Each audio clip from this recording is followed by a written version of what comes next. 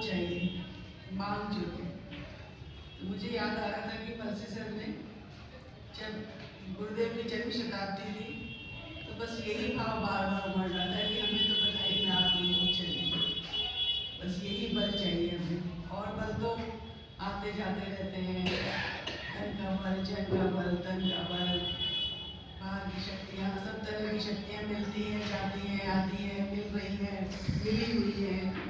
लेकिन जैसे माँ कहा करते थे कि किसी राजा के दरबार में जाकर के कोई ट्रॉफियाँ तो नहीं मांग लोगे, कोई छोटा सा खिलौना तो नहीं मांग लोगे, कोई बड़ी चीज मांगोगे राजा के दरबार में जाकर। वैसे ही जैसे बाबा के जन्मदिन पे आए और बाबा से कुछ मांगना है और वो इतना बड़ा है, इतना बड़ा है, इतना विशाल है, इतना विराट है, सर्वव्यापी है, असीमित है, उसका भाव सिद्ध है, जितेंद्रीय है, वो कुछ भी दे सकता है। तो उसके पास आकर के हमें छोटी छोटी चीज़ें क्यों मांगनी। जैसे बाबा ने, गुरुदेव ने एक वाणी में कहा ना कि साधु था, संत हुआ, महंत हुआ, और लोगों ने उससे, कोई ने संतान मांग ली, कोई ने रोग से निवृत्ति मांग ली, कोई ने धन मांग लिया, वो हंसता था। भक्ति का राज्य नहीं मांगा।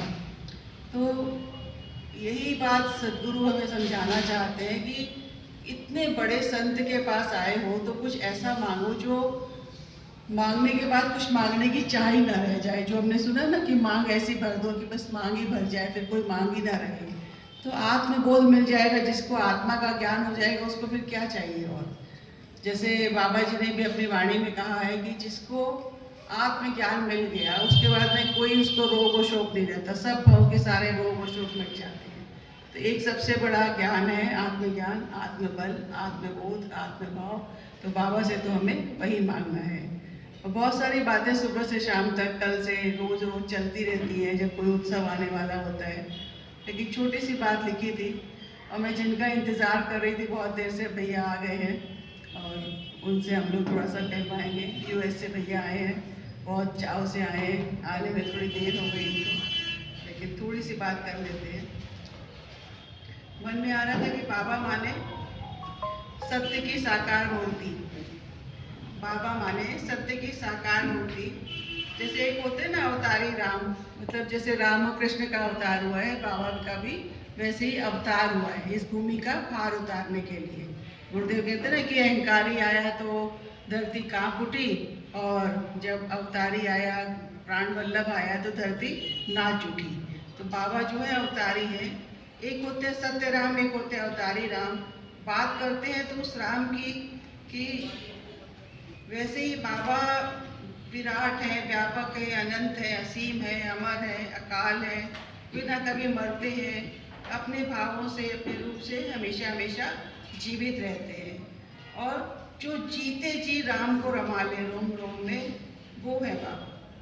जो जितेंद्रीय है, समस्त इंद्रियां जिसके शासन में है।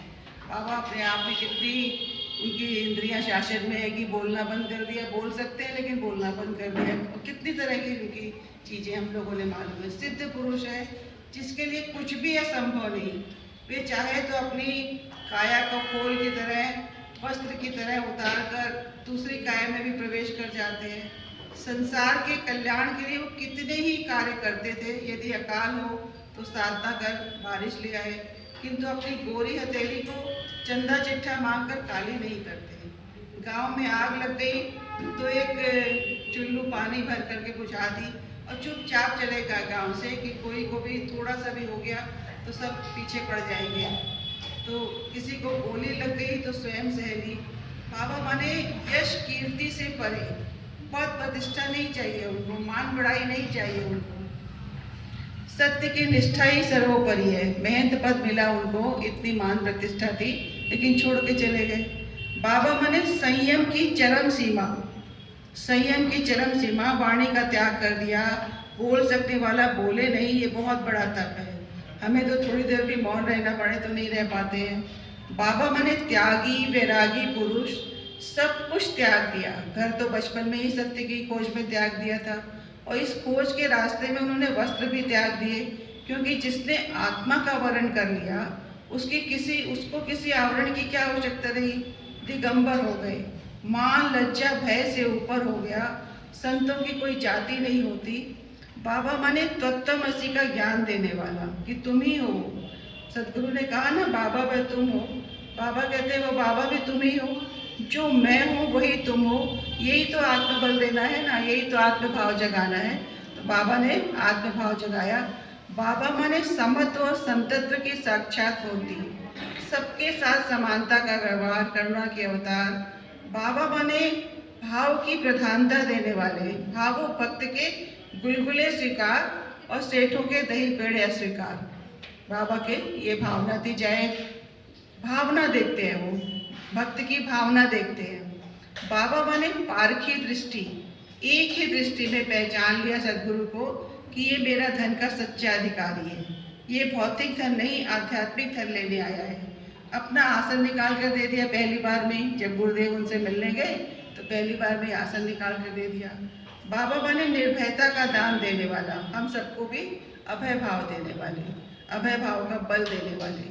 बाबा बने वे प्रेमी जिसके पास आकर हिंसक पशु भी हिंसा भूल जाएं। बाबा के पास में सारे तरह के पशु पक्षी आके बैठते थे और शांति से रहते थे। बाबा माने जो हमारे जीवन में वाह वाह करना सिखा दे, मतलब हमें भी जीवन में हर समय हर चीज़ में वाह वाह, हर चीज़ में। जैसे हम लोग सुन रहे थे बाबा हमारी प्रसन्नता चाहते हैं, तो प्रश्न करने वाले की प्रसन्नता चाहते हैं। पूछते थे लोग आप कैसे प्रसन्न होंगे, मतलब तुम प्रसन्न रहना सीख जाओ, हंसना सीख जाओ, खुश रहना सीख जाओ, समभाव में रहना सीख जाओ, दुख और सुख में हंसना सीख जाओ तो मैं खुश हो जाऊंगा।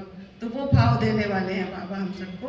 बाबा बने भक्त वत्सल, हृदय की आवाज़ सुनने वाले हैं। और इस तरह से हम बाबा की कितनी भी बात कह रहे हैं पर बहुत छोटी, बहुत थोड़ी, बहुत कम रह जाती, क्योंकि वो इतने विराट, इतने विशाल, इतने महान है कि हम उनकी बातें थोड़े से शब्दों में नहीं कह सकते। बस बाबा को प्रणाम करते हैं और बाबा से वही आत्मबल मांगते हैं जो हम सबके जीवन में आए, हमारे जीवन में, आपके जीवन में, सबके जीवन में, कि सब अपने रोग और शोक से ऊपर हंसना सीख जाएं, खुश रहना सीख जाएं, प्रसन्न रहना सीख जाएं। हरि ओम। भैया आए।